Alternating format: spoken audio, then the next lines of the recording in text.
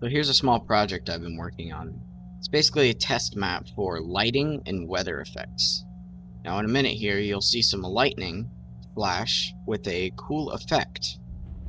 Right there. Got some lightning that flashes across the map and in the 3D skybox. Now I do not take credit for this effect, as I'm not the first person to do this, but there aren't very many maps that include this effect, so it's just something to think about. Now we have the building here. This is a motel, based off of a real motel in Canada called Motel 7. Basically, we got some decals here, and here, and the little,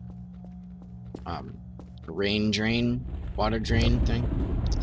And this is the car that we came here in, arrived in. And, yeah. So room 0, floor 1, is our floor room. Come in here.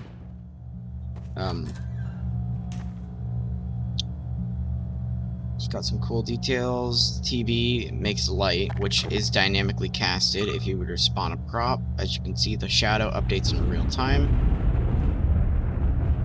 as it should. And got the light switch here. Turn the light on. Obviously that TV light is still casting, and you can see it on the beds there. So we got this heater, TV, fridge, kitchen, beds, outlets, and then here's the bathroom, in which you can see the mirror. Now, just like the lightning, this isn't the first time this is being done. In fact, this has been a part of the Source engine for a very, very, very long time. You can close the door and lock yourself in the bathroom and dance in the mirror if you want. Got outlets in here too. That's about it. The bathroom light does not turn off, so for you to turn this one off, as you can see, that still shines through the door. Oh yeah, and we have these curtains here, which do shine, lightning shines through. We can see that here. Any second now. There it is. It's pretty cool.